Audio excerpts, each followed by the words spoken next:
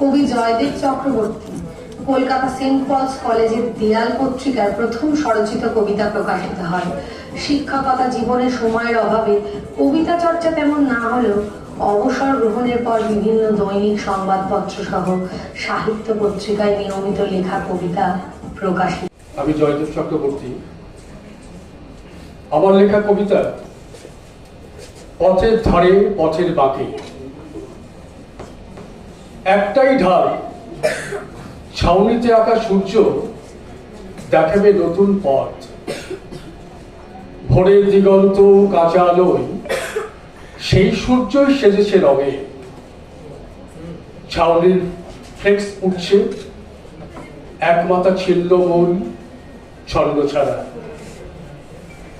একটাই ঢালে আনন্দ ওঠে বাতাসে, কান্না ভেজায় মাটিতে।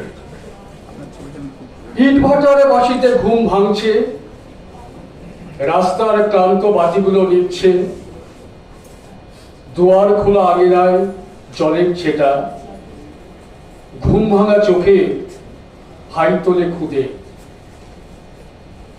পথের বাকি গুমটি কেটলিতে জল ফুটছে।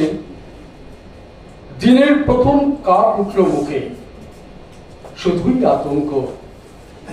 ফ্লেক্সের তিন মাথা টানবে আজ রাতে।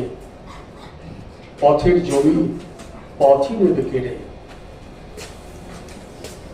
আকাশের নিচে পিচ ঢালা পথে তখন তেছাড়া আলোয় দাঁড়িয়ে সুন্দরী ষোড়শী।